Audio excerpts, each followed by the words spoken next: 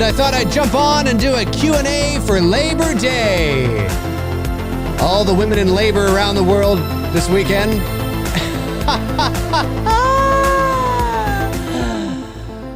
No, not really. Who knows? Well, obviously there are women around the world in labor this weekend, but that's not what Labor Day weekend is all about. Although when I was a child, when I was a kid, I kind of thought that. I was like, Labor Day?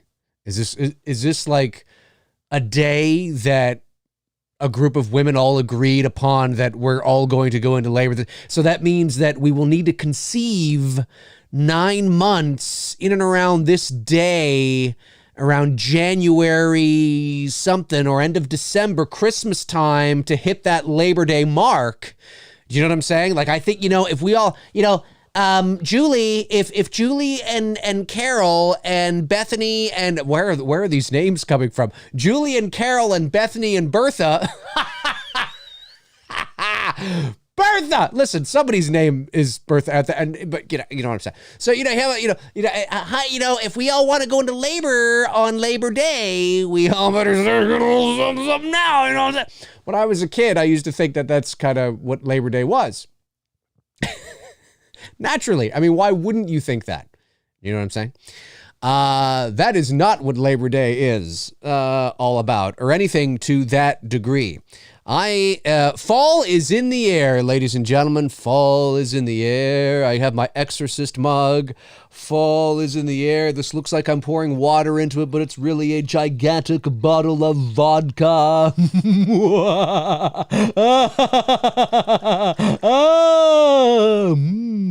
Wow, it actually filled all the way up, ladies and gentlemen, all the way up. You see that? The entire thing right there. You can see it. You can see the tip of it. You can see the top of the liquid. This is going to annoy you. Watch.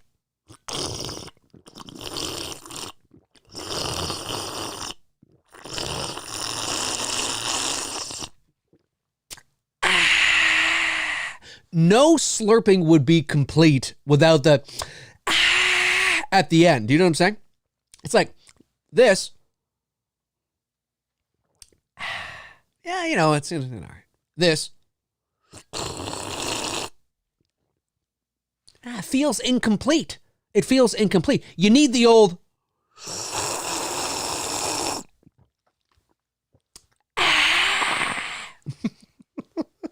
It's a fucking lot of water I just took in there.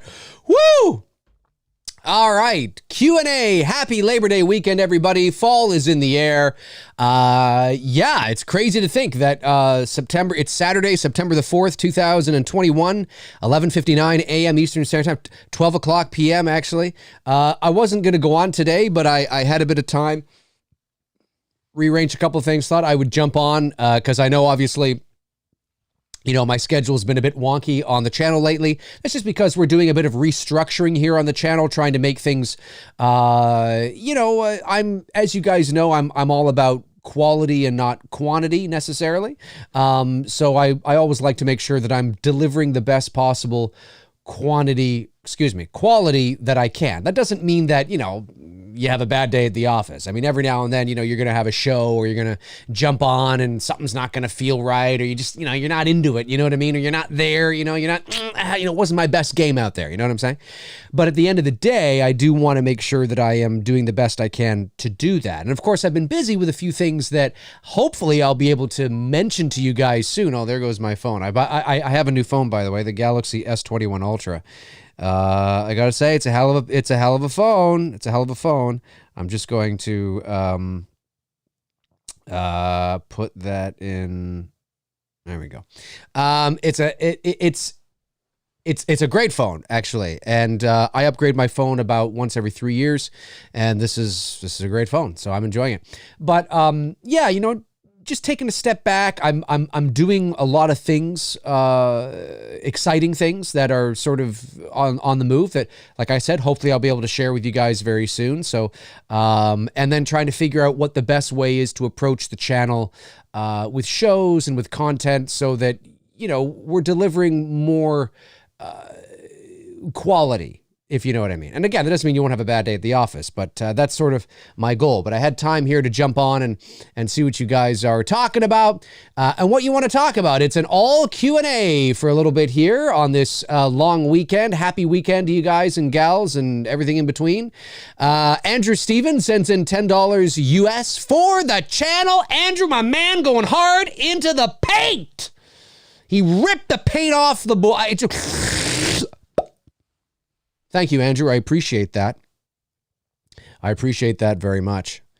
Hey, 11 thumbs up on this video, and there's 56 people in the chat room. Folks, hit that thumb up! Or hit the thumb down. Just hit something. If you hate me, if you cannot stand me, if you think I'm a piece of garbage, then please, by all means, hit the thumbs down. Tony Movie Chappie, D9, Neil Blomkamp, #1 fan.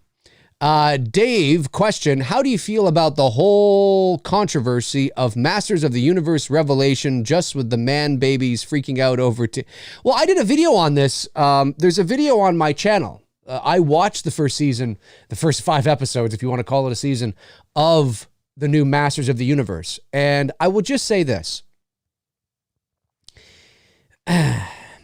So,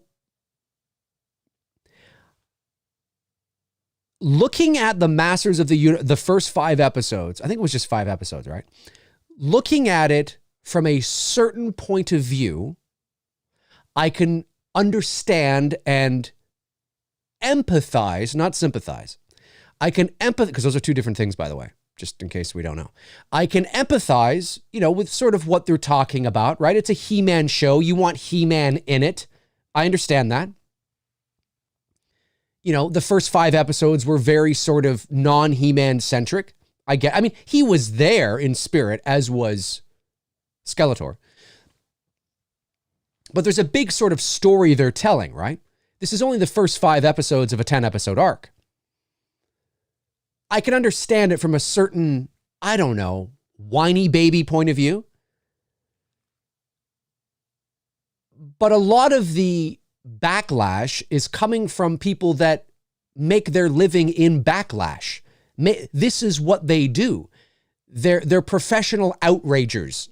Now, that doesn't mean that there isn't certain points of view that are valid in some of the things that some of these people talk about.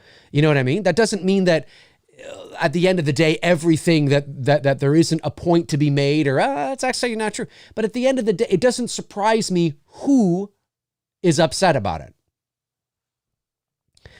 I thought the cartoon was great because I understood that this is the first 5 episodes of a 10-episode arc. If at the end of the 10 episodes, He-Man is not in it, well, then we can talk. But clearly, what an ending to that season with He-Man back, Prince Adam back, and then he's on the verge of and then Skeletor swoops in and becomes Master of the Universe. We've never seen that before, at least not from the original cartoon, which this is a direct sequel to. We've never seen that before. Skeletor actually did it. He became, and it's like, oh my God, what an epic cliffhanger, and stabs and fucking holy fucking shit. It was great. I loved it. I loved every. It was great world building. It was great that we got to spend time with some characters that we didn't usually. And Teela, for those of you that maybe are not old enough to remember, Teela was a fucking badass in the original cartoon too. There were several episodes that were very Teela-centric. Teela was not some, pretty girl off in the corner just saying, yes, okay, dear. I mean, she was a badass. She fucking fought, man. She was a badass. And like I said, there were several episodes that were very centric around her. So it's not that I don't understand the principle in terms of you have a He-Man show and the first 5 episodes, He-Man's hardly in it. Oh, okay.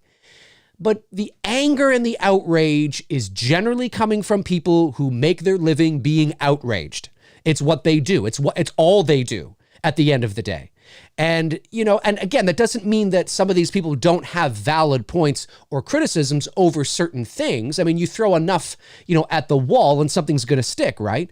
But, when you look at it objectively and you understand how animation is done, and again, maybe I have a better understanding because I'm a voice actor and I've done animation, so I know the process and how long it takes and sort of, it didn't bother me at all. I understood, well, this is the first 5 episodes. They're calling it season 1, I get that, but really it's like one season split into 2 halves, and it's like, okay, I get this.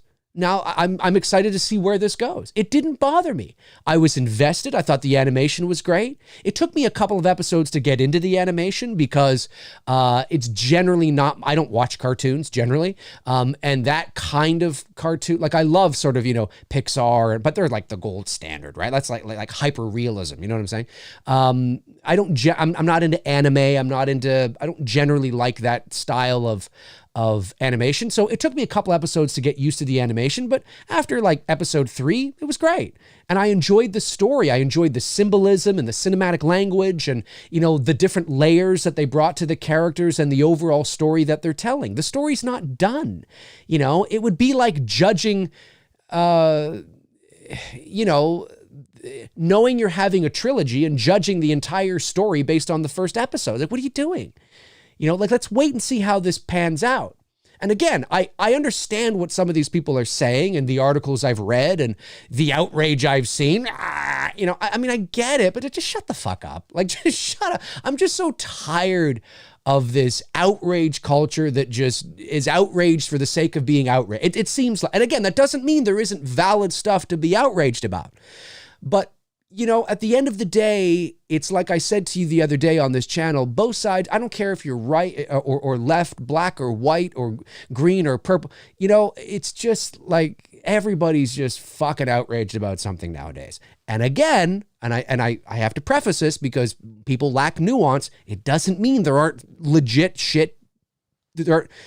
things to be outraged about and to be concerned about. But Masters of the Universe, and the fact that, Teela, fuck off, like, it's just, you're looking for that, right? I mean, it's just, anyway, that's how I feel about it.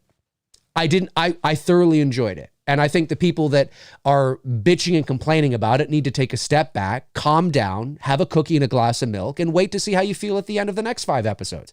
And if you still feel at the end of the next 5 episodes that it was all about Teela, well then, okay, great. Then great. But, to but to ejaculate prematurely when the story's not done, I think you just need to fucking hold that shit in, calm the fuck down. That's how I feel about it. Anyway, thanks for the question. Andrew Stevens sends in another $10. Thank you, Andrew. Really appreciate that. Let's do it one more time. Hard in the paint for the channel. Yes, hard into the paint. Yes, ripping that paint off the floor. Right off the floor, just ripping that paint off. Just right there, man. I'm telling you, right there. Love it. General Shepard says, Dave, what are your thoughts on cryptocurrency? I have no idea. I'm ill-informed and don't know much about it, so I have no thoughts on it. Robert Ford says, hi, Dave. What is your take on James Wan rebooting Salem's Lot? Can you make it good or ruin it? I'm a big fan of the 70s TV version. Yeah, I've heard something about that. I haven't heard too much about that lately, because obviously James Wan has just finished doing Malignant, which comes out not this weekend but next weekend, which I'm excited to see because I'm a big I've enjoyed Wan's horror movies. I think he's got really great horror directing sensibilities. So I'm excited to see where although I wasn't crazy on the trailer, like I said to you before, Malignant is one of those movies where if I didn't know it was a James Wan movie, I probably wouldn't bother going to see it. The trailers made it look very, like there were definitely some Wan-isms, as I like to call it, Wan-isms in there. But it's heavy on the CG, and usually that turns me off from a horror movie. And it's also heavy on the, those creatures, or suddenly there's a black shadow right behind you, and it's kind of like been there, done that. We've seen that stuff so many times. But there's a saying in there's a saying that there are no new stories to tell, just new ways to tell them. And to a certain degree, that is true. So it really is all about the execution. I wasn't crazy. Like, I didn't feel about the Malignant trailer, the same way that I felt about the first Conjuring trailer that I saw, or the Insidious trailer that I saw, or going back to his first movie, Saw, right? Not his first movie, but his first major film. Malignant kind of looks a little run-of-the-mill, but it's James Wan, and I'm going to give him the benefit of the doubt. And the more that I've seen, like the clip that I watched and the second trailer, I'm starting to see some really nice filmmaking sensibilities, and really sort of, through cinematography, through camera movement. So I'm really, at the very least, I think it will probably be a very visually entertaining film. Whether the story and the execution in terms of I just wish we'd get away from this, this, I don't know what the first movie was to do it. I mean, I know you could go all the way back to the spider walk and the director's cut of The Exorcist, but somewhere along the way in the early 2000s or something, when we got into the supernatural craze, maybe it started with The Ring, I don't know, where, these creepy, like, spider crawling demons, there's so many of that, there's so much of that now, that I just don't find it particularly scary. I think there's other ways to do it. So I saw a little bit of that in the Malignant trailer, but we'll see. I mean, if it's nuanced, if it's subtle, if it's not every 5 seconds, we'll see. I mean, James Wan is a good horror. He understands horror very well. He's a nice sort of, what I've appreciated about his films is, again, it's the 21st century. It's not lost to me. I understand that, you gotta, especially when you're working in the studio system, you may have no choice. You have to appeal to a modern audience and a certain demographic, and you got to be more in your face and all that kind of stuff.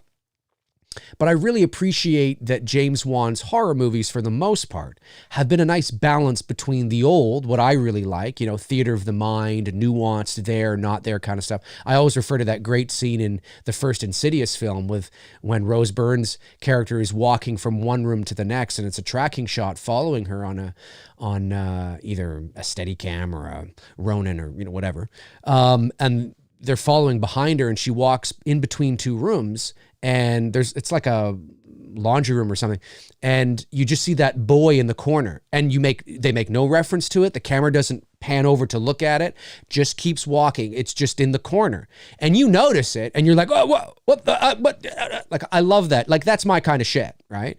So, but then again, there's also sort of the more in your face horror that he brings, usually in the final act of the movie, sort of the payoff.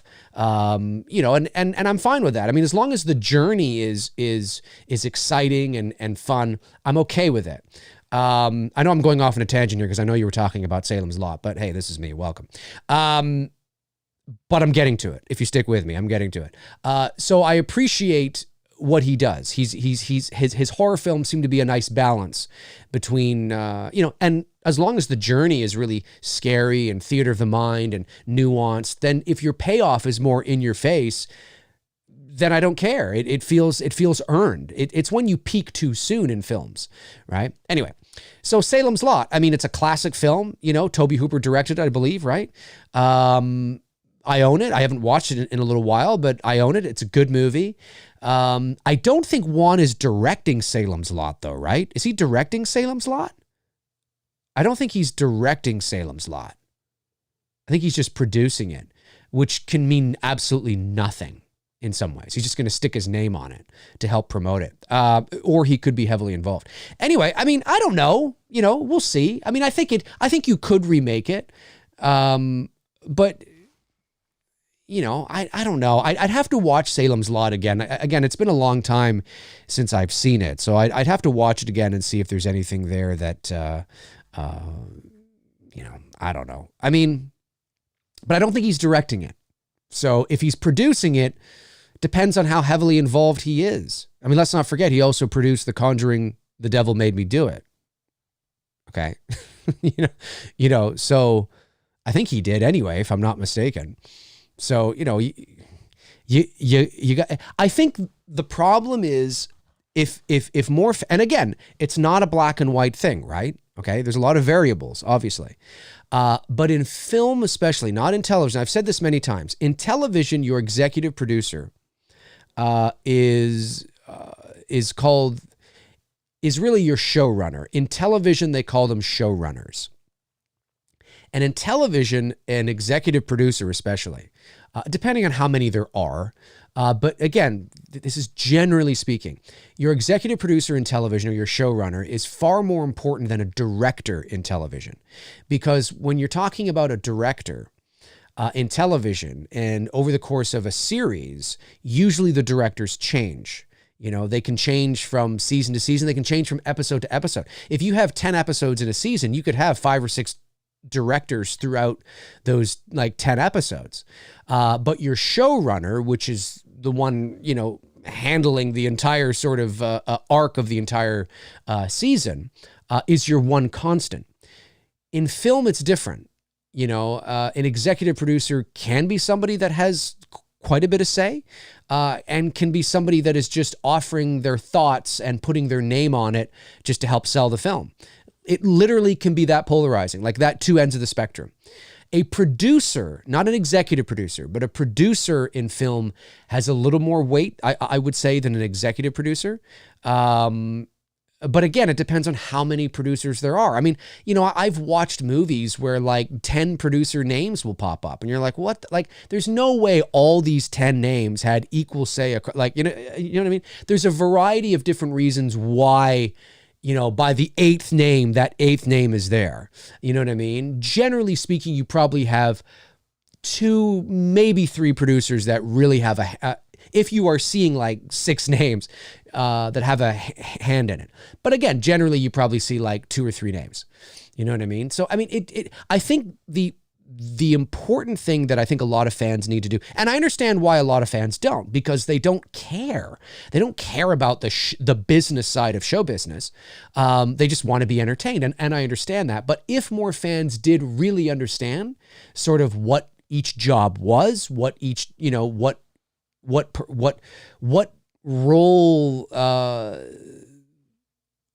what each job was when it came to film, and how significant or not significant the role is generally, it would help you understand things a lot better. And when you see a name attached, and then you can sort of figure out whether this means something or not. I mean, a name in and of itself means nothing. I mean, it's great for marketing. But it means nothing if it's just a name. And Juan just took a couple of phone calls and, agreed to a contract to put his name on the fucking movie as a producer to help sell it. I mean, and then he gets paid, and he might even get a percentage of it. I mean, it doesn't mean anything if he's not having a heavy hand in the creative process. And a lot of executive producers, a lot do, but there are just as many, if not more, that have very little say in the creative outcome of a movie. So it's a tough thing. It always sounds like I'm dancing around it, but it's just because it is very nuanced. It's not black and white. There's a lot of variables at play. So, I don't know. We'll see. But I got to watch Salem's Lot again. Haven't seen it in a long time. Hicks Film says, Dave, do you think we should get the second trailer of Halloween Kills? Is it worth to get more awesome shots and kills spoiled for us? Well, I think that's just more of a personal question. I think you should be asking yourself that. Do you think so? You know, because it's very personal, right? I mean, there could be a lot of people out there that want to see more, right? Because what is a spoiler and what isn't a spoiler, as I've said many times, is very circumstantial. You know, it's very dependent on the individual. So, I mean, I have very thick skin when it comes to spoilers. I mean, I've read the Halloween Kills script and it hasn't spoiled anything for me, you know, and there are some people that, you know, just knowing,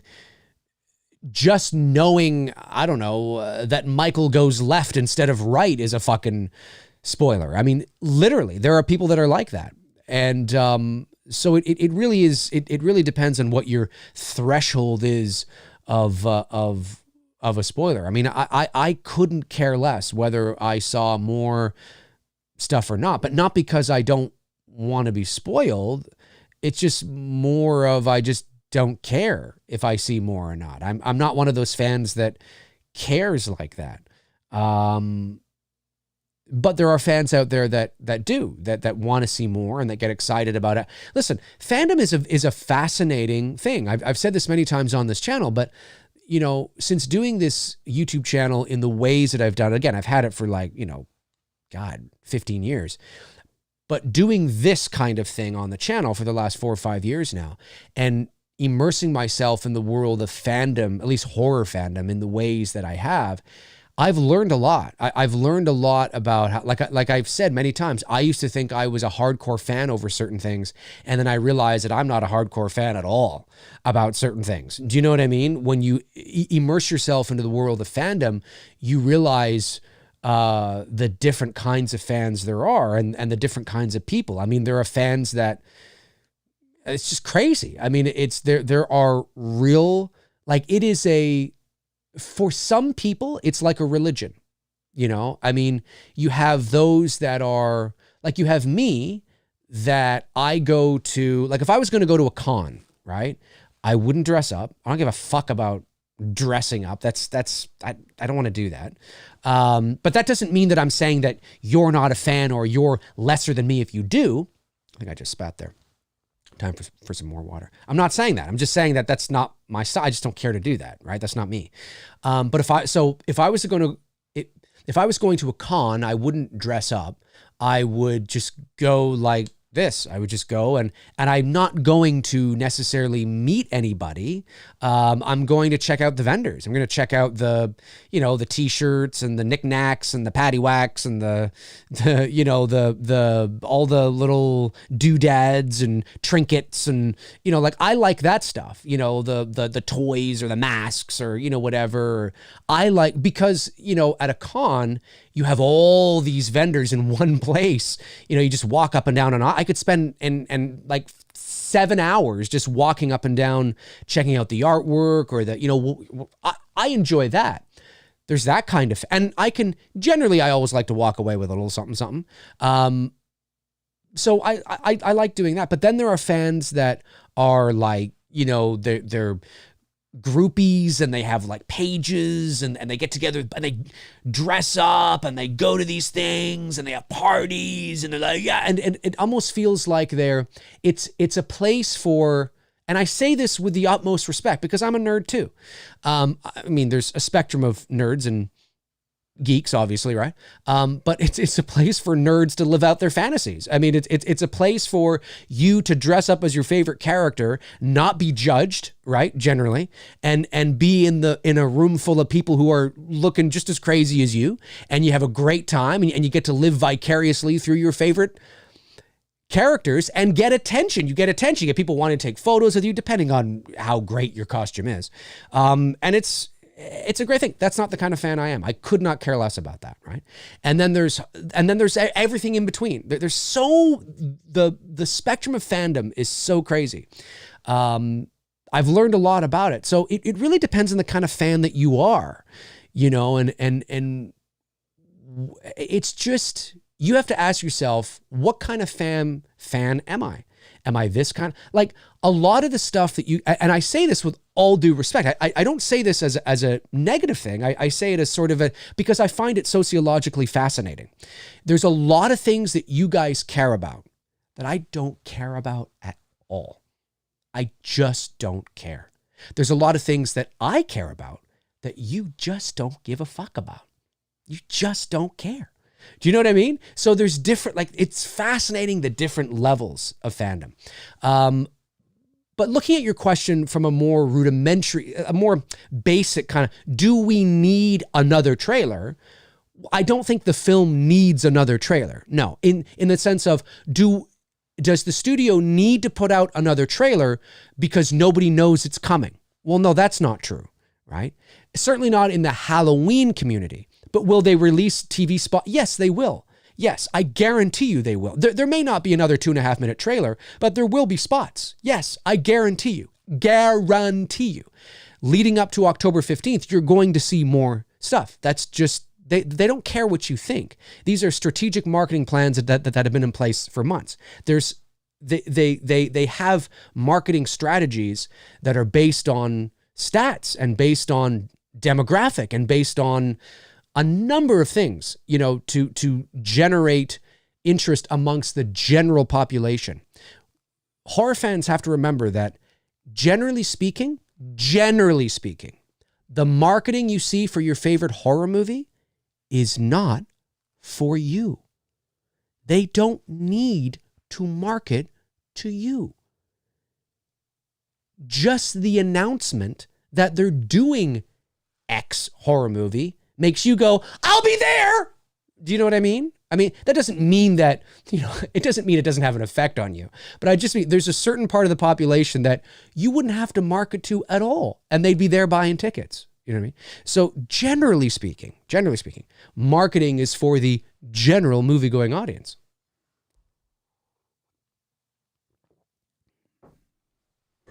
Generally.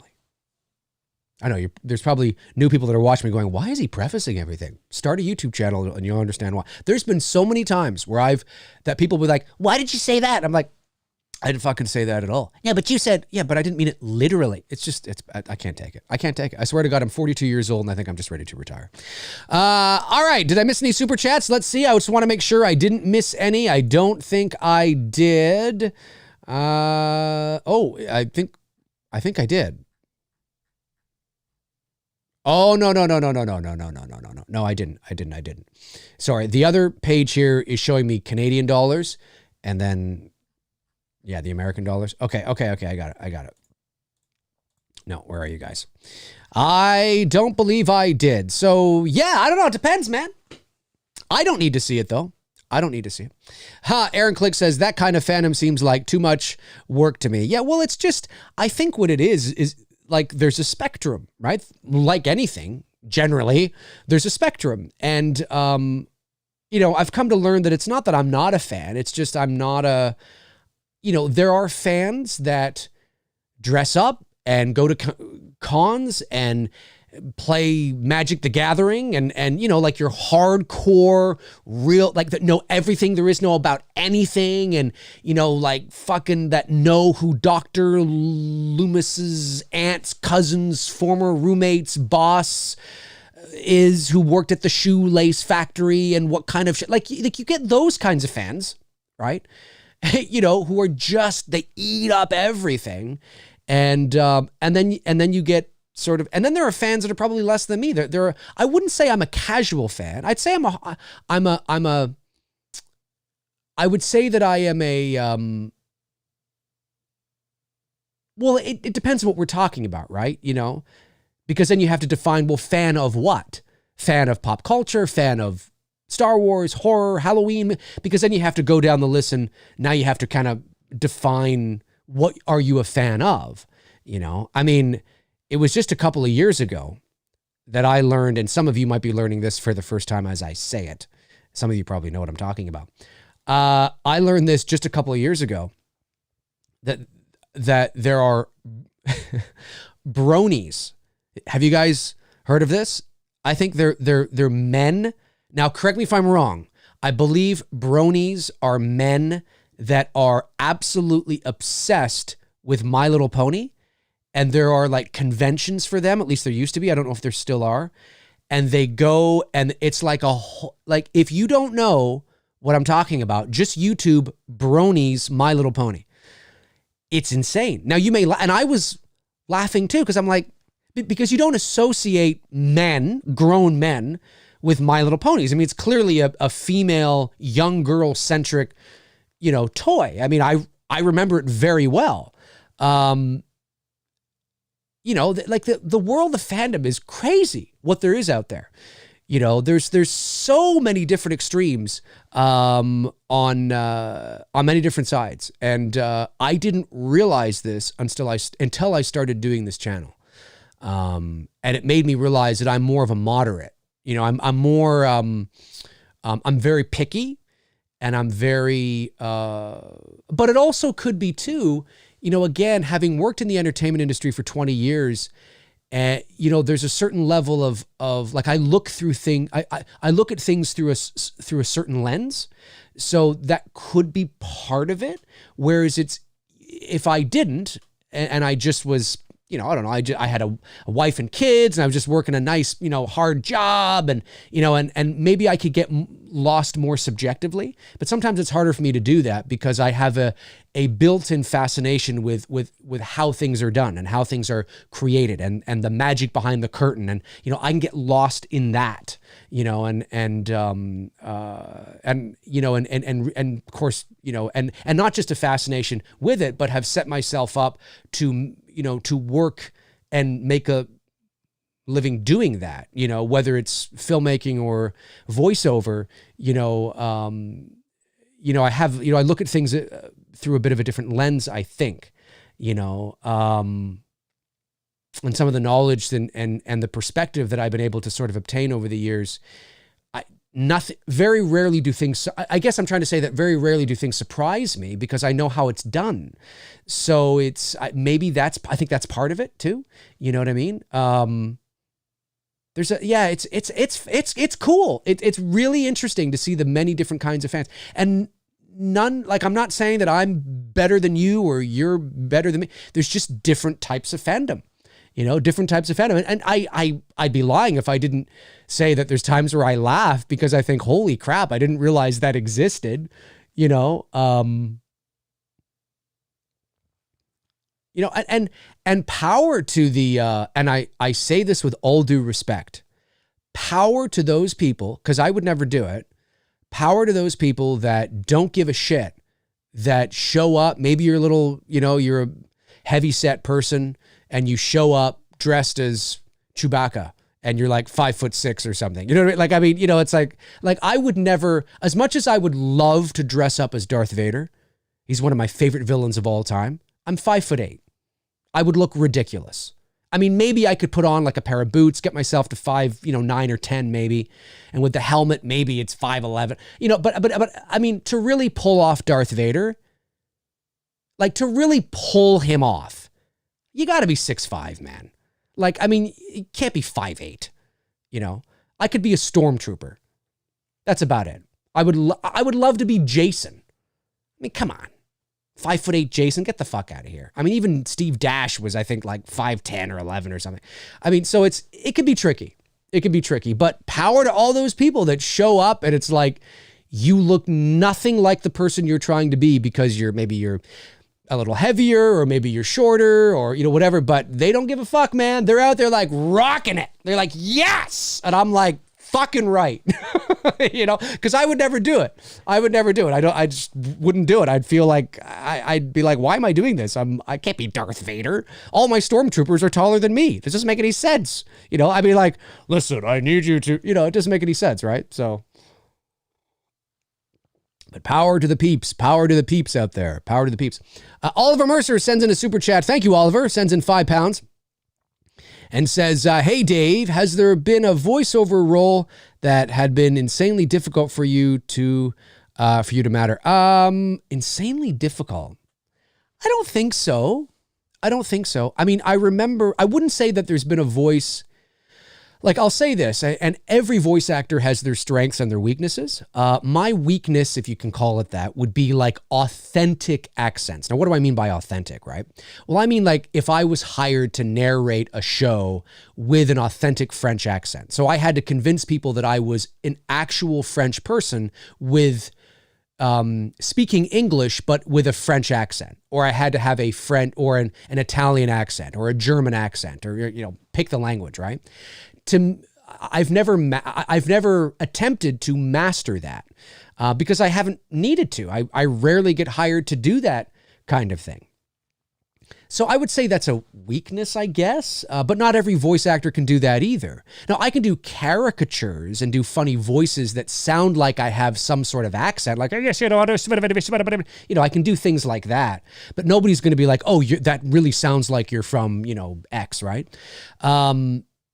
So I guess maybe, but I've never really been hired to do it, really. I just know in my own, like, I never put that on a demo. They always tell you, and it's true, every agent or manager will tell you this, never, and this is some advice for you aspiring VO actors out there, never put anything on your voiceover demo that you cannot instantly replicate in a studio like that. So there can't be something on your demo, whether it's your commercial demo, your animation demo, trailer promo, what have you. Never have a voice or a style or an approach on your demo that took you 50 million tries to get it, and because you got it, you decided to put on your demo. Never, ever do that. Never do that, because, you know, the casting director or the studio or the company is hiring you. That might be the voice they want. Wow, that person can do that. Well, they want that. And if you get into the booth and you can't do it on command, there's a problem. Major problem. So never do that. So everything you hear on all my demos is stuff I can just, you know, I can do like that, right? Naturally. I will say maybe one of the toughest in terms of strain on the voice would be a few years ago. I was doing, I forget the name of it. It was for a video game, and I forget the video game. I'll have to find it. I'll have to go through my emails and find the name. This is like maybe 5 or 6 years ago. It's a while ago. And I was doing a bunch of like monster, zombie, ghoulish type of sounds, right? And that was a tough day, because you can imagine an entire day. I mean, you're stopping and starting, but you can imagine an entire day where you're like,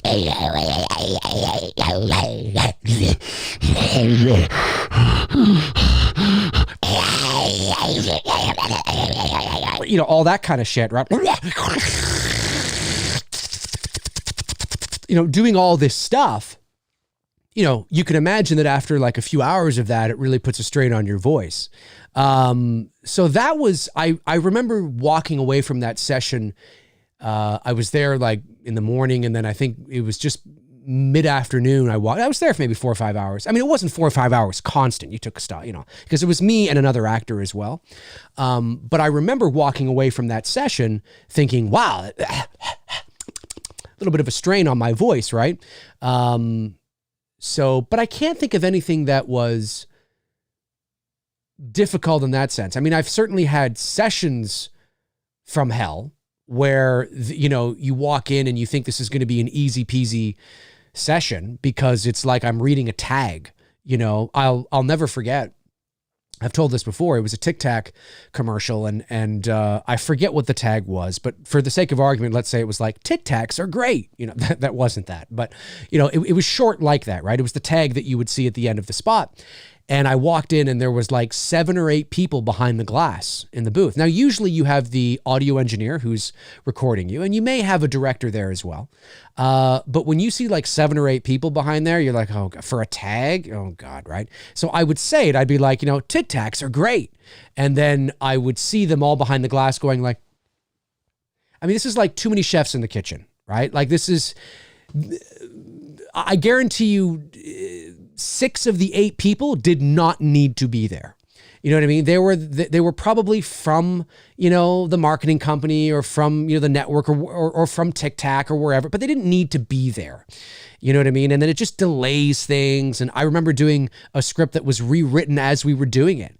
What should have been like maybe a half-hour session turned into like a 6-hour session because, they were actually rewriting the script as we were going along. And, you get those kinds of things. And you voice actors out there know exactly what I'm talking about. Those, don't happen all the time, but they do happen. If you've been doing it long enough, they happen. And at a certain level, they happen. But yeah, I wouldn't say there was any voice that was difficult for me to do because I'm generally being hired, especially when you've been doing, like, when you're first starting out,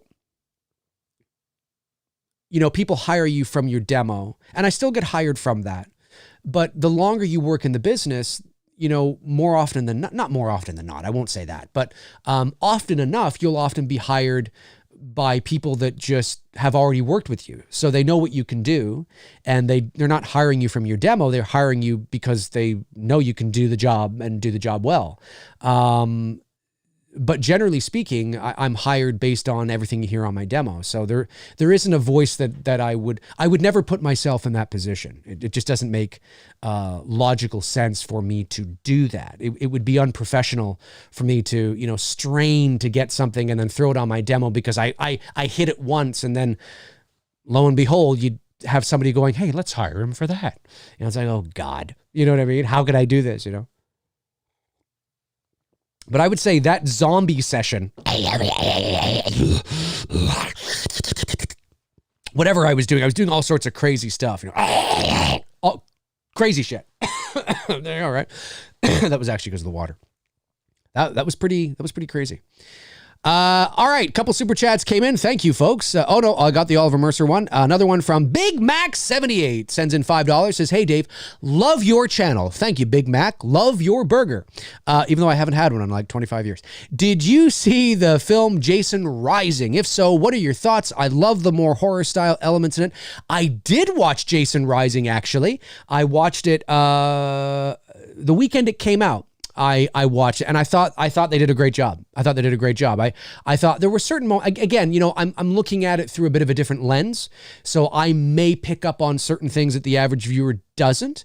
But at the end of the day, what they did with the film was great. I don't know if that would have been the direction I would have gone. But certainly you can tell that it looks really good. They did a great job with the cinematography. They did a great job. There was a few moments, like some of the actors were stronger than others. Some of the lines felt a little wooden, at times. But overall, I mean, it was very well done. The effects looked great. Jason looked great. Really enjoyed seeing Adrian King back. Ginny at the very end on the phone was a nice touch as well. It was well done. It was very well done. I mean, there's nothing you can really knock with it. Competent filmmakers made it.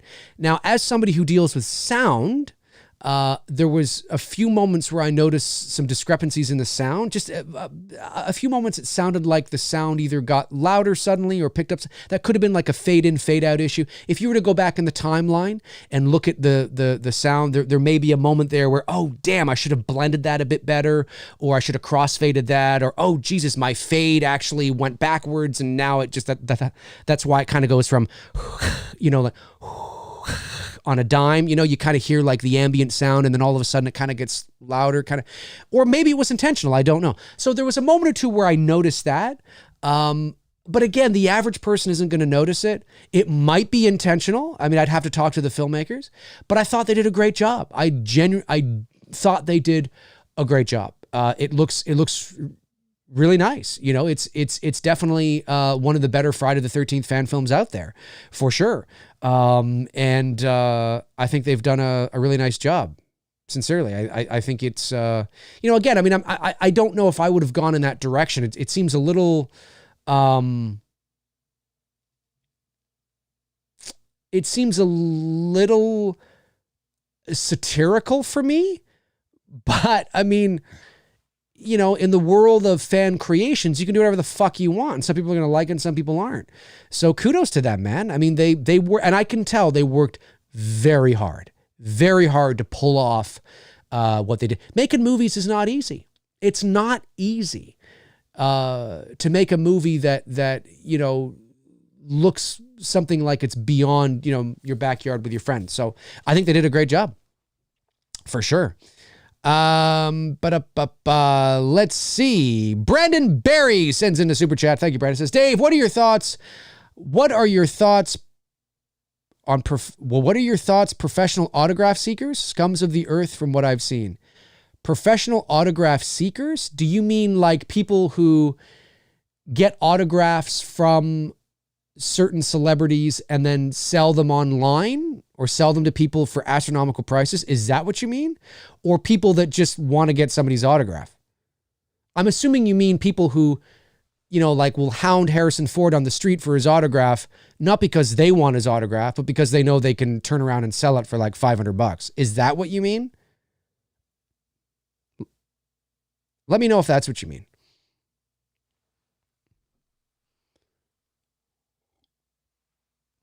Kevin L says, hey, what are your thoughts on Black Widow? I haven't seen it. I'm not a big superhero fan. I'm not a superhero guy, so I haven't seen Black Widow, and the chances of me seeing Black Widow are probably like below 5%.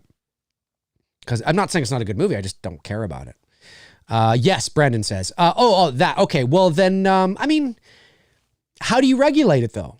Is it illegal? Is it illegal for me to, I have Harrison Ford's autograph over here. I don't know if you guys know that. Let's see if I can get it. Okay. So I have Harrison Ford's autograph here. Now, I didn't get this autograph from Harrison Ford. This was purchased for me, but it really is his autograph. It's not personalized. Came with a letter of authenticity,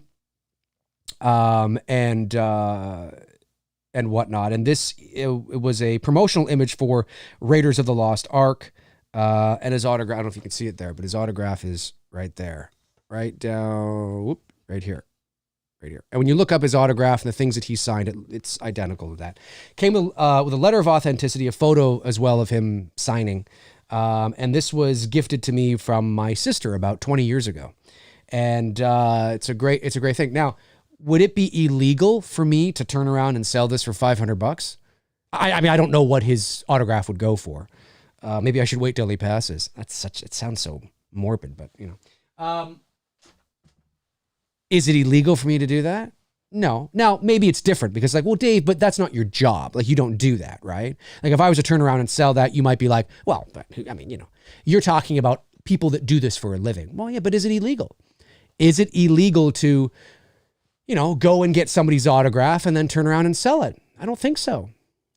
So, I think more and more celebrities are catching on that's sort of what's going on. When you hound people on the street, especially when you see a lot of these celebrities will run into certain people multiple times, you've seen, I think there's a famous video, funny enough, with Harrison Ford, who's like, I've seen you 3 times in the last week, trying to hound him, because that's what they're doing, right? It's tacky. It's tacky. It's you kind of want to turn around and say get a real job. Do you know what I mean? It feels tacky because you are essentially bothering somebody for their signature so you can make money off of it. But is it illegal? Scalping tickets is illegal, right? Now, that might be depending on the state. Maybe it depends on the state, but I know that scalping tickets is essentially illegal. You're not supposed to do that.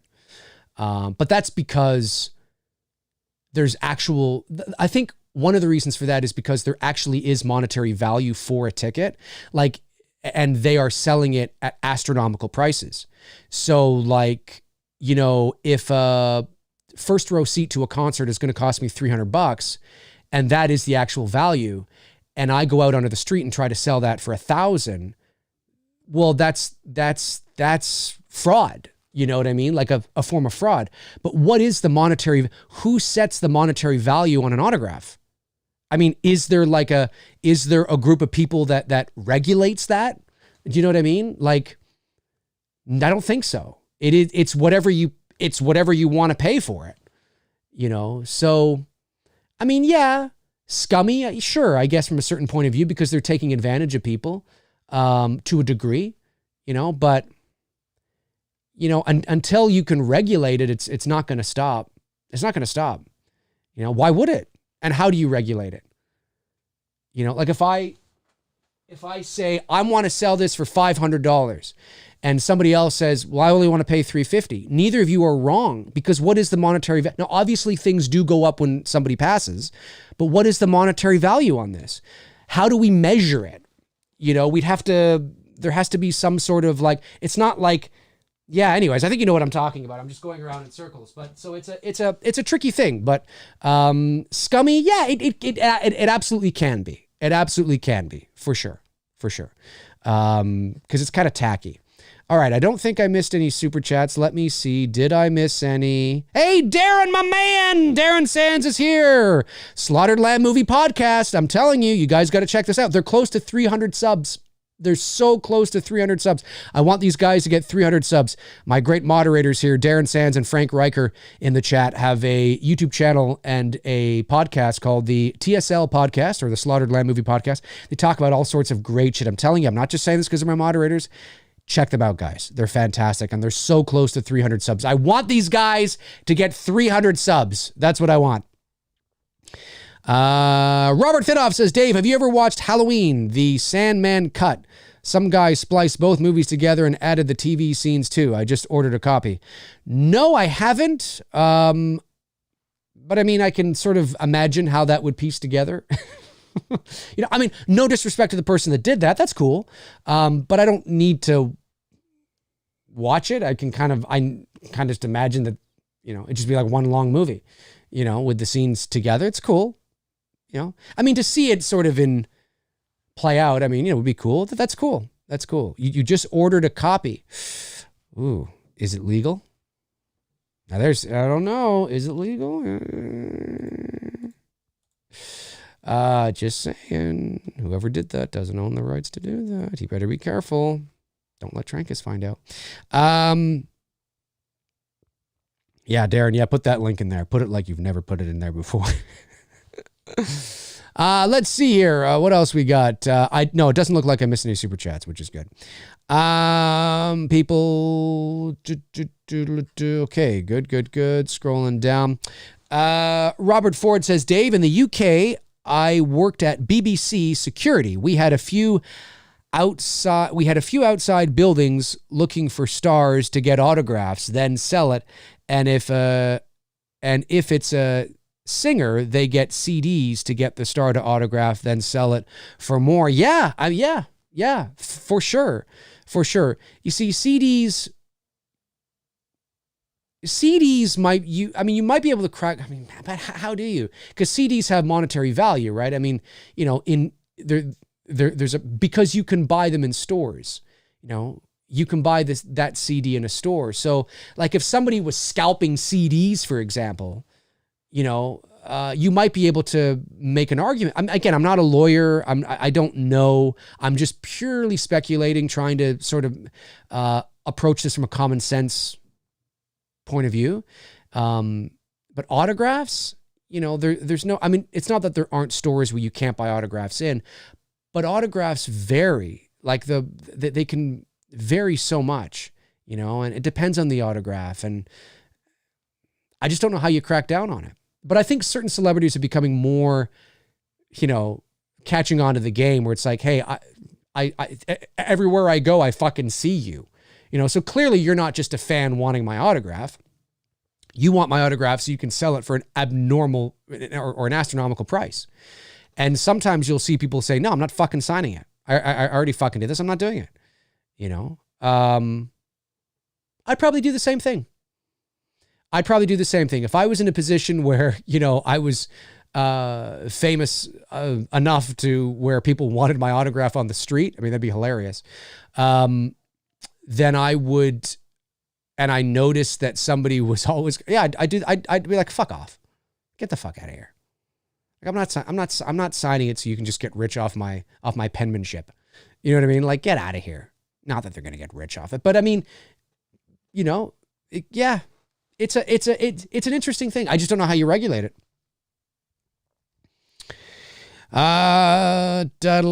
Let's see here. What do we got? Sinister Arts and Movies just sub to channel. Yes, yeah, keep subbing, man. I want to get these guys to 300. I want to get the Slaughtered Lamb Movie Podcast to 300 subs before the end of the show today. I don't have a set time. I'm just kind of, you know, it's a little warm in here with this jacket. Black Christmas, yeah! My best Axl Rose impression. Black Christmas, folks. Black Christmas. Frank Riker, my man, Frank. I love this man. Dave, if you could bring back one tech from the days of old and still find a use for it, what would it be? For me, it would be the 8-track. That's cool. Tech from long ago. The Dustbuster. I think you could probably still buy something like the Dustbuster, but the Dustbuster, I think, was a great invention because, you know, sometimes you got like crumbs. You just want to go and that's it. You know, you don't want to bust out the vacuum for just a few crumbs. Now, if it's just a few crumbs, we generally just go, you know, and it's not a big deal, right? But the Dustbuster, do they still make the Dustbuster? Is the Dustbuster a thing? I don't think they do. Bring back the Dustbuster. For those of you that have no idea what I'm talking about, look it up. Reese Wilson sends in $30 Australian dollars and 99 cents. Thank you very much, Reese, my man, for the channel. I got to bounce, though. 3 a.m. in Australia. I'm too old to be up this late. Yeah, it would be 3 a.m. there. Holy crap. It's only 12:56 p.m. here, so 1 p.m. So we're almost exactly 24 hours apart. No. What the fuck am I saying? My math is way off. 12 hours. We're almost 12 hours. So we're like 10 hours. You're 10 hours ahead of us. It's crazy. Thank you very much, Reese. Really appreciate that, man. Really, really do. Really, really do. That's funny. Aaron Click says, Dave, you sounded exactly like Axl. I don't know. I can't get that high. Yeah! It's about as high as I can get. Yeah! Yeah, I can't get any higher than that. Can't get any higher than that. Alex Schumbach says, Dave, what is your take on A-list actors taking voice acting roles? Well, I can talk about this so often nowadays. Is Hollywood lessening the value of true voice actors? Well, here's the thing. I can speak about this for sure. So years and years ago, professional voice actors were hired not just for television, and of course, we're talking specifically about animation and cartoons, because we have to remember, too, that the world of voiceover it's a multi-billion-dollar industry. I mean, it's a gigantic industry that is more than just animation. You know, it's radio and television commercials, network promos, movie and game trailers, training narration, corporate training, e-learning. I mean, it's a huge thing. Now, the cartoons and animation sort of get all the glitz and glam when it comes to voiceover generally, because, you know, cartoons and animation is something you see. It's visual, right? And the voice actor is generally, you know, they're playing a character in the cartoon. So there's a direct correlation there, right? Whereas when you're watching, you know, a television ad, you know, the voice actor is usually just the voiceover, not necessarily the people in the ad, right? So there's a bit of a disconnect. But anyway, so when it comes to cartoons and animation, yeah, years and years ago, professional voice actors were hired to be the voices of everything, whether it was animation in movies or animation in television or in the cartoon shorts before the movie played way back in the day. It wasn't necessarily, you know, they weren't necessarily saying, hey, we need to get Clark Gable to do this. No, we'll get Mel Blanc. You know what I mean? That's what he does. But this is show business. And a celebrity's name, an actor's name, is often just as important, if not more valuable, than whether they're a good actor or not. And so what happened, I don't know exactly when, and that doesn't mean that there aren't certain on-camera actors that are brilliant voice actors, because as I've said many times, and it's important to remember this, You know, there are, not that there aren't, but as I've said many times, voice acting is rarely about the kind of voice you have. It's not really about a bad voice or a good voice. It's all about a good actor and a bad actor. Certainly when it comes, especially when it comes to animation and cartoons. That doesn't mean that not having a nice voice can't help with certain things. But really it's about being a good actor. So if you are extroverted and flamboyant and charismatic and, like Robin Williams, right? And you can really, he was a brilliant voice actor as well because he was a brilliant actor, and he could really create those characters and make those characters come to life. So again, I'm speaking generally. It doesn't mean that there aren't certain actors in the world of entertainment that maybe got their start and are most known for their on-camera roles that cannot make the transition to voiceover. Okay, it doesn't mean that. But generally speaking, most celebrities who are voice acting have no business doing it because they haven't been trained in voiceover. They've been trained in acting, which is good, and it's important that you understand the fundamentals of acting. And you might think that, like, it's no different than thinking a radio DJ can be a voice actor. It's very different. Just because you've spent your years and your 30 years in radio behind the mic hosting an afternoon show doesn't mean that you can naturally make the transition to voiceover. It doesn't mean that. Are you a good actor? Generally speaking, it's like Ellen DeGeneres was not cast in Finding Nemo because she's a fucking brilliant actress, brilliant actor, right? She was cast because she was a name, and she did fine. I'm not saying she did poorly. She did fine, but yes, I would be, but okay, I'm going off on a tangent. It's done because of business, not because they're the right person for the job. Sometimes they're the right person for the job, a la Robin Williams, but most of the time it is because of the name. They know that if we hire Dwayne "The Rock" Johnson, Ellen DeGeneres, Brad Pitt, Ryan Reynolds, whoever, that name is recognizable. That name is box office dollars. That name is going to get people to come watch. So the theory goes, right? And that's why they do it.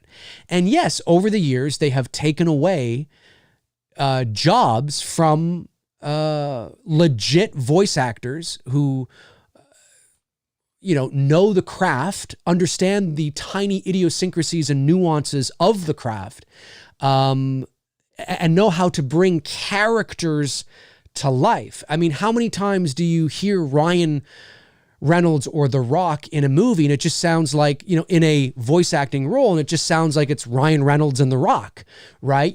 Because they're essentially just playing themselves as a rabbit or as a dog or, whatever the case is.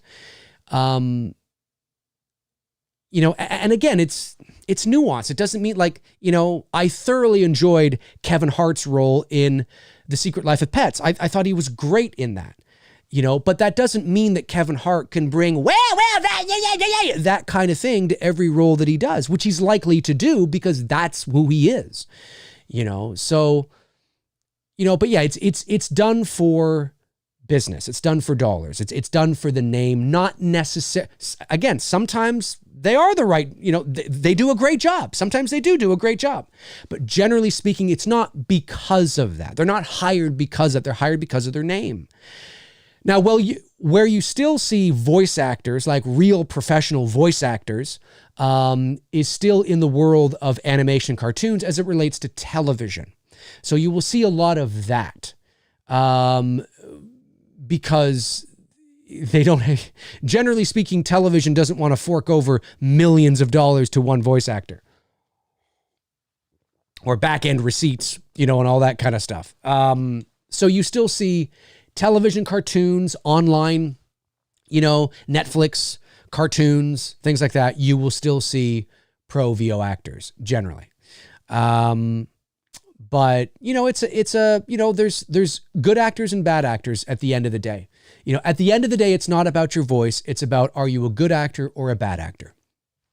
And if so-and-so has got their start and is mostly known for being an on-camera actor, but they are a great actor, well, then they should, in theory, be able to also voice act.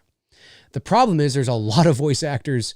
There's a lot of examples of actors making the leap to voice acting where you're kind of like, oh. And that's generally because they're not that great of actors. No, they're not bad actors. They're just they're like, one or two dimensional. But again, it's not black and white. There's a lot of variables, as I often say, but it's true. But that's why, though. That's why. And yeah, it's frustrating. I know the world of voice actors would love their chance to, be the lead in a Pixar film, or be the lead in something that was, big. And sometimes it happens, but usually professional voice actors in the world of like Pixar and that kind of thing are resorted to sort of additional voices. Whenever you see the credits roll in a animated film and you see additional voices, that's usually where your professional voice actors are. And what are additional voices in an animated movie? Well, that would be like the baby crying, that kind of thing, right? Or the dog barking, or the weird that kind of stuff. Or maybe it's some side character that really has like 30 seconds of screen time. It's a customer that one of the main characters runs into on the street or something. It's that kind of stuff. So whenever you see additional voices, that's generally where you'll see a lot of your additional voices in major Hollywood studio animated films. Look there and you might see like Frank Welker. You might see like Bob Bergen. You might see like, certain voice actor names that you recognize. You're like, oh, they were the door that was opening. They were the, whatever. And it's too bad because they are, generally speaking, far more talented as a voice actor than the lead is, and knows how to really create authentic three-dimensional characters. But, X starring Frank Welker isn't going to be $150 million box office gross. X starring The Rock, Ryan Reynolds, and, whoever else, that generally gets asses in the seats. So it's just business. It's not personal, it's business. But where you still see, as I said, where professional voice actors still have a stranglehold is on the world of animation and cartoons as it relates to television and things like that. Like, TV cartoons, online cartoons, things like that. Video games as well. Real pro VO actors still sort of, I think anyway, kind of are the large portion of like the video games and all that kind of stuff, which is great. I totally support it. 100%. Yeah, it's a little annoying, but it is what it is. Thank you for the question. All right. Super chat comes in from Intel Wild. Intel, great to see you here. Hey, Dave, how the hell are you, my man? Can't throw a 2 on my It's Me Billy avatar. Can I throw a 2 on It's Me Billy avatar anytime soon? Ooh. Oh, Intel going hard into the paint, wanting to know what's going on. I cannot say anything. I don't want to say anything yet. There's a few things that Bruce and I are in the middle of. There's things going on. There's things going on, things that are happening. And I don't want to put the cart before the horse. I don't want to put the cart before the horse. So, patience. I don't want to put the cart before the horse. Patience. We did send out, though, for those of you that picked up t-shirts and hoodies and stuff, look out in your mailboxes because we did send them out. I know that a few people have already reached out to me and said that they got them. So look out into your mailboxes. We did send them out. We are in the middle of getting all that stuff out. The Blu-ray for It's Me Billy is being made as we speak. We are supposed to be getting a proof of concept. Not a proof of concept, a proof next week, actually. Hopefully maybe by the end of next week, we'll have a proof that we'll be able to watch and make sure all the menus work and the quality's okay and, all that kind of stuff. So we should be getting that next week. And then if everything is good, then we'll be able to tell our vendor like, yeah, everything's good. And then they'll start the process of printing off like 300 of these things. So fingers crossed. So hopefully we'll be able to get the Blu-rays out to you guys soon, like very soon. All the t-shirts are out. All the hoodies are out. The autographs have gone out. The posters have not yet gone out. The posters still have to go out, but that's next on the list, and the Blu-rays as well. So we've been spending a lot of time working on the Blu-ray and the designing of the Blu-ray and the covers and all that kind of stuff, because there's two covers, right? There's the standard, and then there's the retro, and the disc, and the BTS featurette, which we have. The BTS featurette on the Blu-ray is going to be longer than the movie. It's like an hour long. So that's great. That's fun. I think you guys will enjoy that. But yeah, I don't want to say anything yet. I just don't want to put the cart before the horse yet. But that's all I'll say. That's all I will say on that. Intel, my man! It's great to see you here, Intel. It's great to see you. I love that you still have that Billy avatar there. That means a lot. That's cool. That's really cool. I mean, look, if you're thinking of changing it anytime soon, that's totally fine too. I don't want me just saying that now to make you think, oh God, now I got to leave it. No, it's okay. I just think it's cool that you have it. That's awesome. Really appreciate that. And of course, your support to the film and to the channel is, I mean, what can I say, dude? All right, let me see here. I don't think I missed any other super chats. Let me scroll. I don't believe I did. Harry Hagen, my man, Harry Hagen says, I think fan films are getting a little ridiculous. They're now bringing back characters who were dead with no explanation as to how they're alive. Now, how many different ways can you tell a Jason Michael film? Well, that's true. That's true. Yeah. Well, you know what? I heard that was one of the criticisms for Jason Rising was that, obviously it was implied at the very least that Alice kicked the bucket in Friday the 13th Part 2. And definitely I think that is what likely happened. Although, as in movies, you didn't see her die and, who knows, right? Listen, I think it's fun. I think it's no different than what we've done with Jess Bradford in Black Christmas. I think if because now our film, It's Me, Billy, takes place in the same universe. It's not an alternate reality. It is the same reality. And I do understand. I mean, I empathize with those that are Black Christmas fans that maybe did not like It's Me, Billy. And because maybe one of the reasons, or if not the reason, is, listen, Jess Bradford's dead, right? I understand that because there's an argument to be made that when you follow the pattern, right, Billy makes a phone call after every death, okay, which he does. And then, of course, we don't see her die, but at the very end of Black Christmas, the camera's pulling back. You see that cop on the front porch, and you hear the phone ringing, and you could interpret that as, oh, Billy got her, right? Because Billy came down from the attic. He was walking. He got her. That's it, right?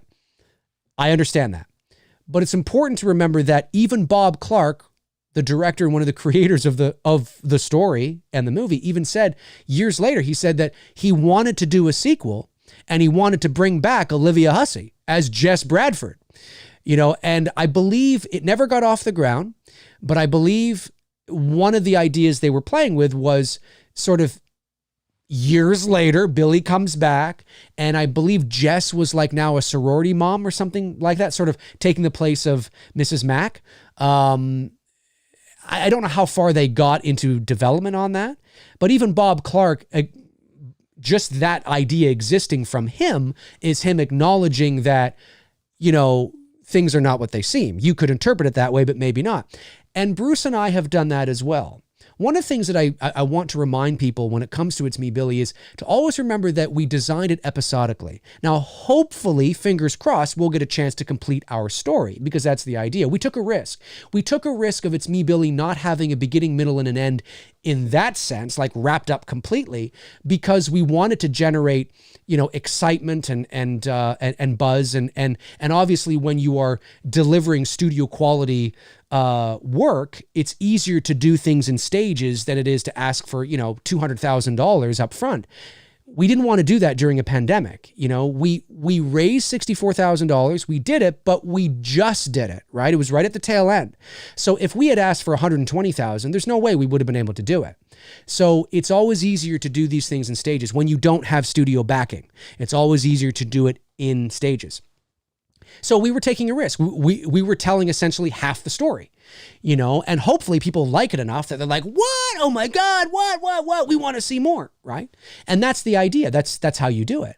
But it's important to remember that the decisions we made as it relates to Jess Bradford and how could she, and she's in the bait and how does, we're not arbitrarily done. I know I've said that, you know, before, but we didn't end It's Me, Billy because we just wanted some cool, whoa, twist ending. It wasn't like that. If it didn't fit the narrative we were telling, if it didn't fit the rest of the story, we wouldn't have ended it like that.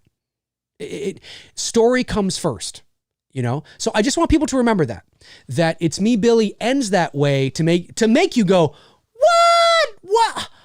But that's not the ending of the story in and of itself. Like, that's just it. Oh, well, you know what I mean? Like, no. It's just that, you know, in order to continue to deliver that level of quality, you need more money. You know, I mean, we shot what we shot over 6 days. You know, if we wanted to shoot the rest of it, we would have needed like another week or two. Well, that's, you know, if you guys knew how much it cost to shoot, I mean, that's a lot of money, right? So I just want people to keep that in mind. But Harry's not wrong. I mean, people are taking, they're taking a lot of creative liberties. Like I said, I think the Jason Rising is fun. It's a little more satirical than I think I would have gone. Maybe satirical is not the right word. A little, you know, wow, like headless mom and she's back and all that. But it's fun. It's fun to play in that sandbox. It's fun to play in that world. It's doing very well. It's got over 200 and something thousand views. People are loving it, generally speaking. And I congratulate them. I think that's amazing. But I think it's important though, and I know it was important for Bruce and I when we were playing in the world of Black Christmas to make things, to not just create, to make shit up for the sake of it. We, you know, if we get a chance to complete our story, I guarantee you're going to go, oh shit. Like, I don't want to say too much, but I just want to, I want you to understand that for those of you that have watched It's Me, Billy, and maybe you're thinking, this is dumb. I just don't see how this is going to. Trust us. You're going to go, oh, I never thought of that. There's a lot of stuff you're going to go, because what's fun about completing a story like that is you get the chance to connect all the dots, right? And that's what it's all about, you know, as you go, oh, and you start to see the dots connecting and you're like, no way. It's fun to do that. So whereas Jason Rising is actually more of a complete story. Like you could never make another one and it doesn't feel incomplete. It's Me, Billy does have an incomplete feeling to it, but it's supposed to. I mean, it ends on an epic cliffhanger. That's the idea, right? Whereas Jason Rising feels a little, it ends on a cliffhanger in the sense that, wow, I'd love to know more about Alice and what this is all about. But it does feel complete in and of itself, right? So they're kind of two different things. And they're two different genres of film. They're two different styles of filmmaking as well, right? So very difficult to compare the two at the end of the day. But, you know, Harry's not wrong. I mean, they're definitely taking, you know. I think what's so great, though, and my hat goes off to everybody out there who's making a fan film that is pushing the envelope. And some are better than others. I mean, listen, not everybody has access to professional gear and professional equipment, right? You are going to notice a variation in quality. But, you know, making movies is tough. And my hat goes off to everybody out there who's doing it. You know, it's tough and having fun. Having fun sort of playing in that sandbox, I think is great. Super chat comes in from Andrew Stevens, sends in $5, says, for the total of $25 today, thank you, Dave, Team McRae. Yes, hard into the paint again. Andrew Stevens, You're amazing, Andrew. You're amazing. Thanks, buddy. Appreciate it. Harry Hagen coming back. Harry Hagen coming back. And says, sends in $4.99. Thank you, buddy. Really appreciate it. Says, I think It's Me, Billy, and Never Hike Alone are great ways to do fan films, but some of these others are just, they've gone willy-nilly with characters and timelines. Yeah, well, to be fair, I haven't watched too many fan films. I did watch Jason Rising because it looked fun. Like, I just wanted to see what it was about, right? But I haven't watched, I usually watch trailers to fan films because I like to see sort of, what we're looking at. But I haven't seen, I don't usually watch them. And I think it's because generally speaking, fan films are I'm watching a home movie, generally speaking, right? So I can't really get into it. But when envelopes are pushed, like what Vince has done with Never Hike in the Snow and Never Hike Alone, what we did with It's Me, with It's Me, Billy, one of the compliments that we've gotten, and I know that Vince has gotten as well, which is this looks like a studio film. Well, that's the idea. And it looks like a studio film because we shot on all professional gear with not just shooting on professional gear, but those involved in the production were professionals, right? And that's why it looks that way. And that was the idea. We wanted to deliver, like Vince would have gone, about it the same way again, had it been a regular original piece, right? So really at the end of the day, some films, and I feel, I'm not trying to toot my own horn when I say this, but, there are certain films that are fan film in genre only. It's just because it's based on an existing IP, but we would have gone about it the same way if it had been an original piece, as I often say. So yeah, but that's the intention. And then there's films that look really good, look really good. Not quite, like you can kind of tell maybe it's a little not quite shot, but it's really, it's well put together, well edited. There's certain moments you go, oh wow, that was really, really well done. It's really, really well done, right? There's different levels. And in terms of story, I know what was important to, I think it's, listen, the guys with Jason Rising just took it to a crazy level, and it's either going to work for some people or it's not going to work for others. For me, it seems a little, and I'm just talking about the direction for me, but then again, I'm not like a diehard Friday the 13th fan. For me, it seems a little hokey to go that far with it. So I was just kind of laughing, not in a bad way, but just kind of having fun. Like, this is great. This is hilarious, but not in a bad way. I just mean that this is fun and taking it at that face value, not taking it too seriously. Whereas Never Hike Alone and Never Hike in the Snow have more of a grounded feel to it where I can take it seriously. You know what I mean? So, and I hope that people think that with It's Me, Billy as well. That when they watch it, they see that, yeah, I'm taking this seriously. But listen, It's Me, Billy's got its, some people are like, I don't know. Usually it's from people that just are emotionally attached to the idea of Jess Bradford not surviving. And they just don't see how she could survive, period. And then we introduce the idea that she's dead, but she's not dead. Like, wasn't there a funeral? Wasn't there this? Wasn't there that? We've thought all about it. Trust me, if we get a chance to do the follow-up, you're going to go, oh, shit.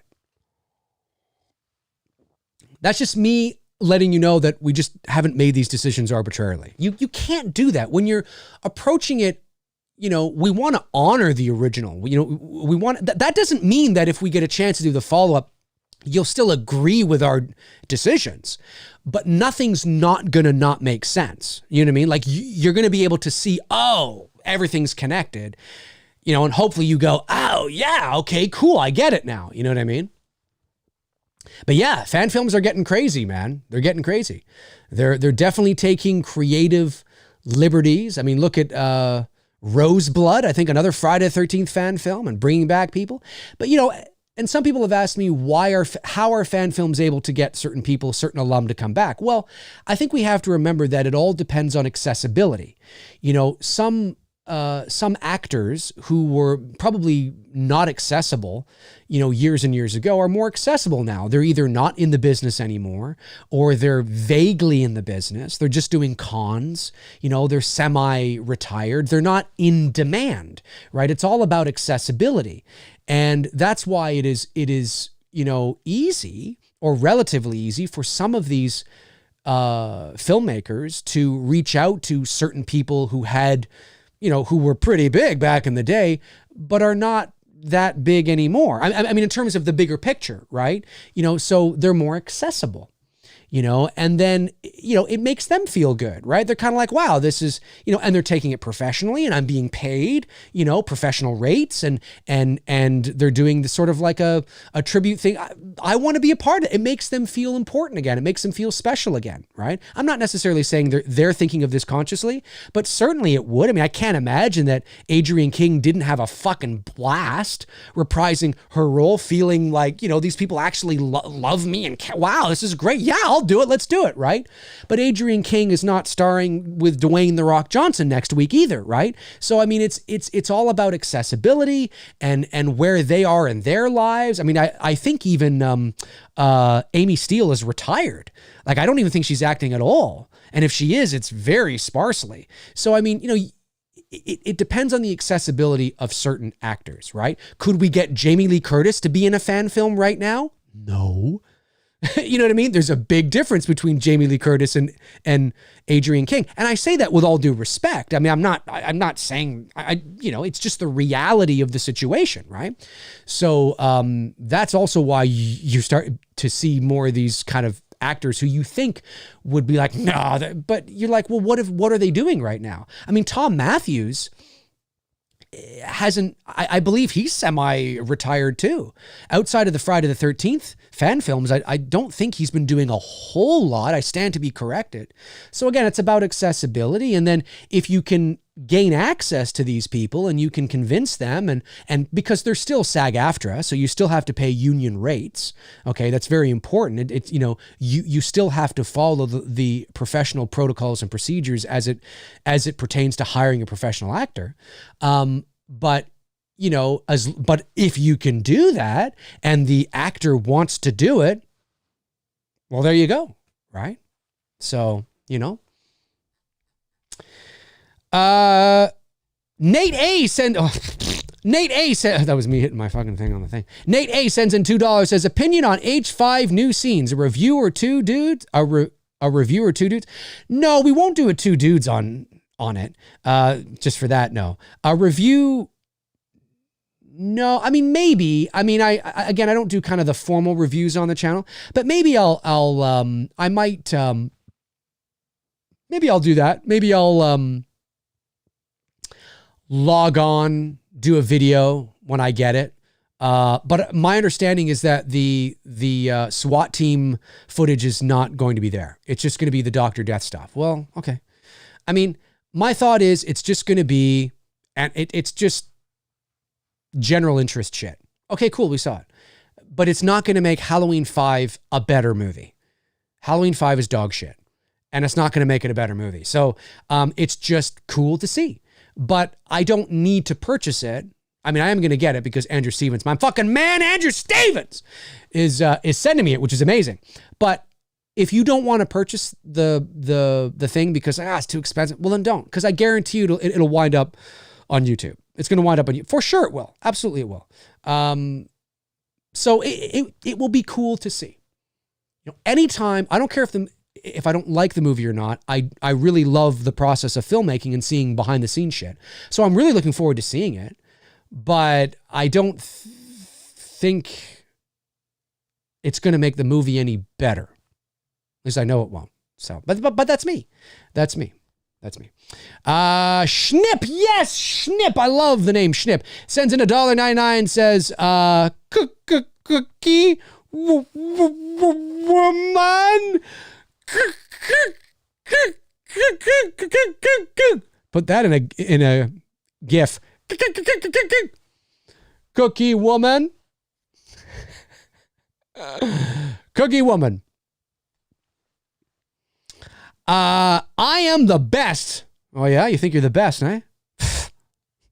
I am the best. 237 says, what do you think about the original American Pie movies? Not sure if it's your style of comedy, but watched the first 3 last night and I thought they still hold up. Well, I wouldn't generally say they're my style of comedies, but you know, they came out when I was the first one came out when I was 20. So I mean, I'm the same age as these people in the movie. It's my generation for sure.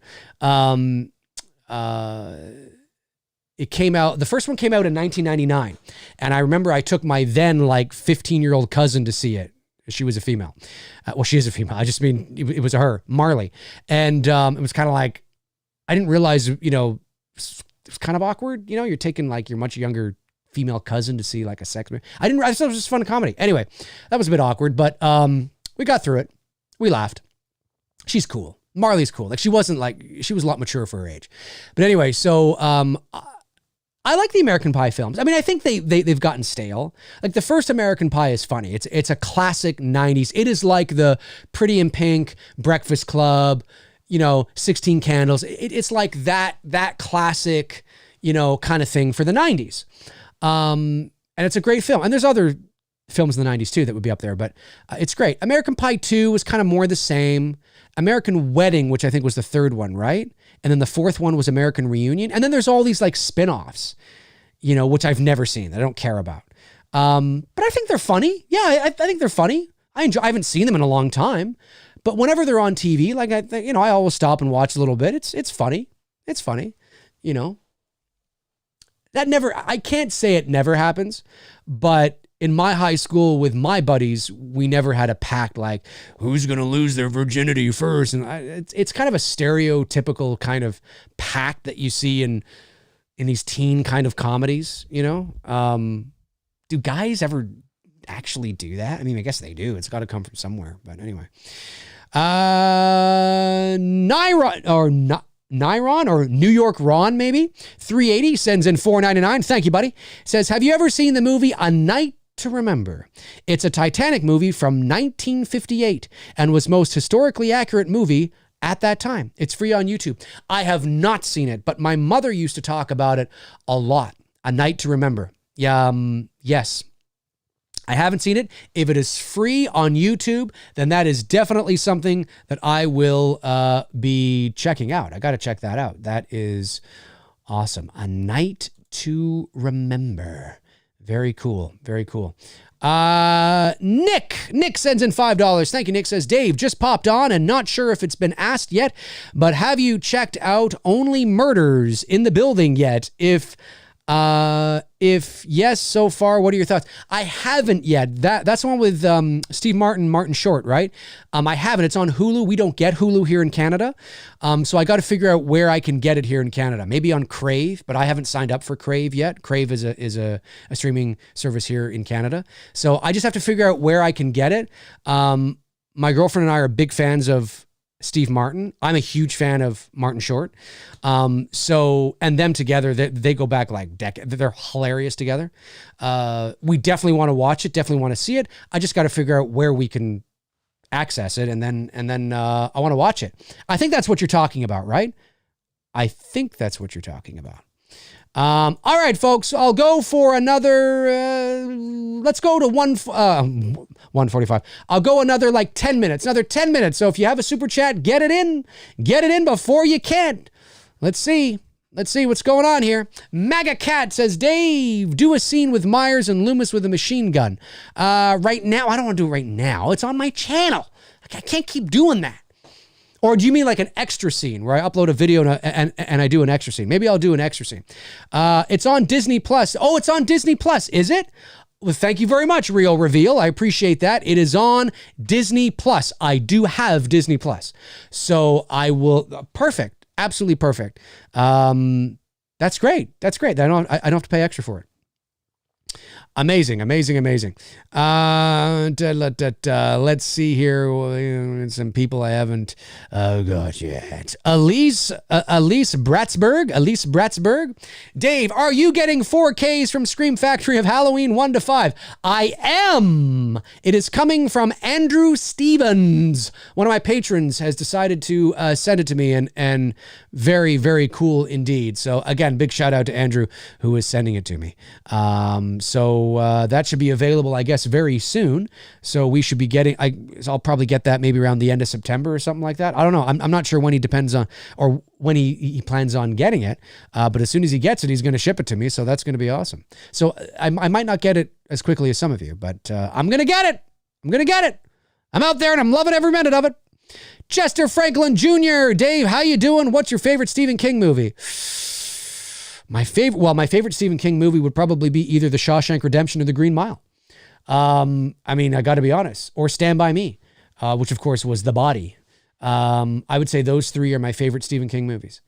I'd have to go look. I'd have to look. But if you're talking like horror movies, Christine is up there. Carrie, it's hard. The Thing. No, The Thing. The Thing's not King. What am I saying? I was thinking Carpenter and Christine, and then I thought of The Thing. There's a lot, but I would say my favorites would be The Green Mile, Shawshank, and in no particular order. But Shawshank, The Green Mile, and Stand By Me for sure. Frank Reiger says, Dave, which vehicle would you choose to drive around Toronto? Ooh, the DeLorean from Back to the Future, Halloween 78 station wagon with Smith's Grove on the side.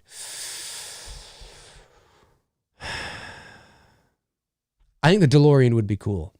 I think the DeLorean would be cool because it would be most recognizable. So you'd get a lot of attention. Do you know what I mean? The station wagon from Halloween is not recognizable to the general public. You know what I mean? It's recognizable to horror fans, but even some horror fans, I know there's the news out there now, but if you were to show, I think there's a lot of horror fans that probably wouldn't know what it's from. I would probably pick the DeLorean because I think you'd get the most honks, you'd get the most waves, and you'd get the most eyeballs and the most people taking photos and shit. I think. The station wagon just looks like an old station wagon, and unless you come across a real Halloween fan or something like that. But I don't think that it's as recognizable. Both would be equally as awesome to drive around, let's be honest. But the DeLorean would be really cool. Pat Broadbent says, Dave, will we ever see another horror icon like Michael, Jason, or Freddy? I've answered this many times, Pat. No, you're because what slasher movies have become, it's horror is always evolving. So that doesn't mean that you're not going to see another recognizable character. I think people can, you can make the argument that Art the Clown is fairly new and he's becoming recognizable on t-shirts and all that kind of shit. But I think in the same ways that Freddy and Jason, more so Freddy and Jason, penetrated the pop culture consciousness, you're not going to see that.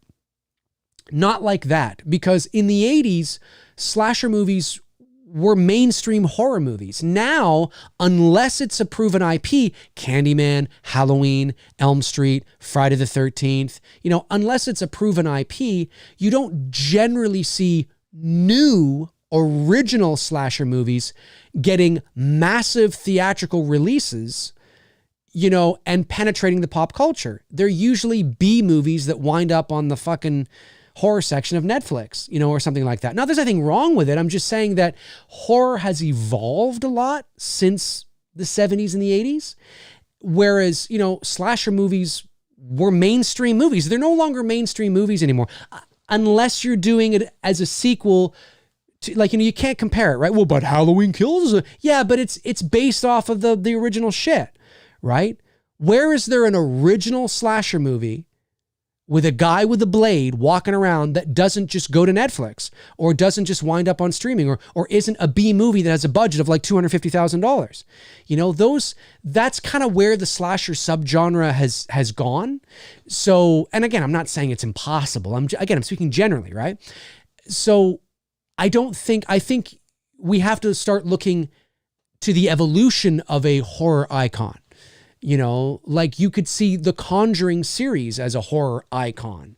You could see, you're not usually seeing it, right? And you look at what James Wan did for Saw, right? But Jigsaw wasn't Jigsaw himself that was the draw. It was the premise of Saw. It was the premise of Saw that was the lore and the fuck. You know what I mean? You could replace Jigsaw with anybody as long as the premise stayed the same. Do you know what I mean? And the morals and the messages and the fuck, can you imagine? You know what I'm saying?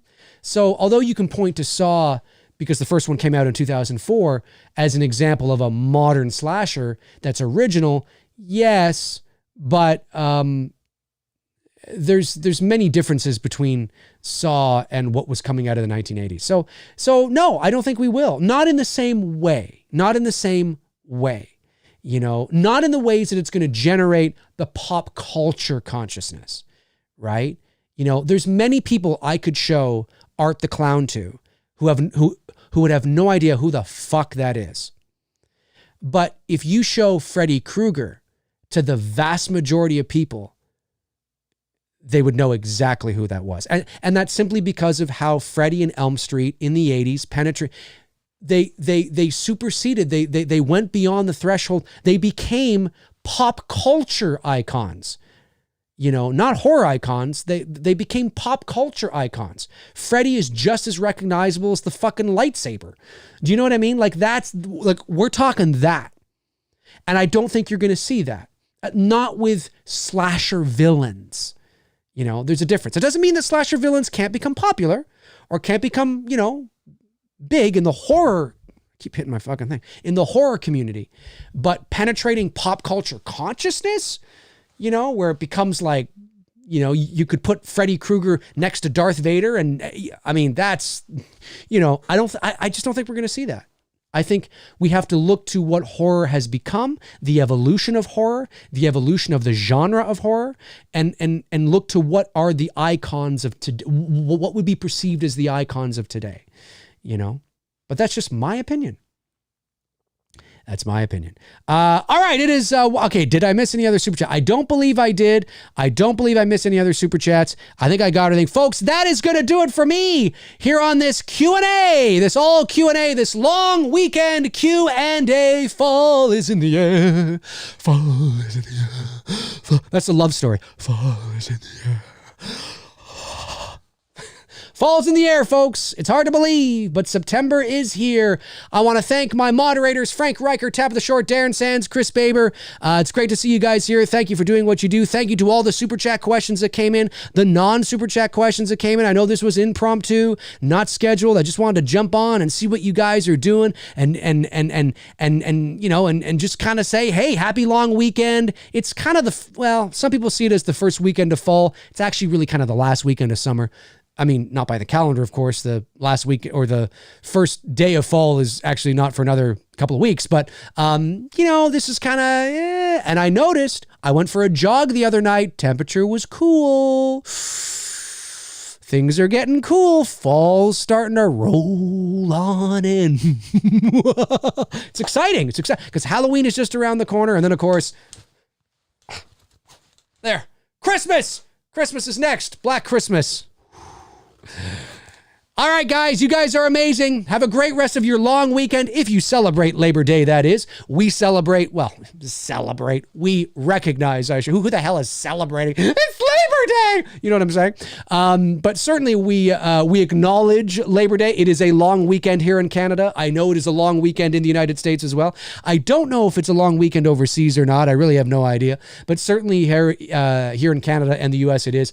Happy long weekend. Have a great rest of your day.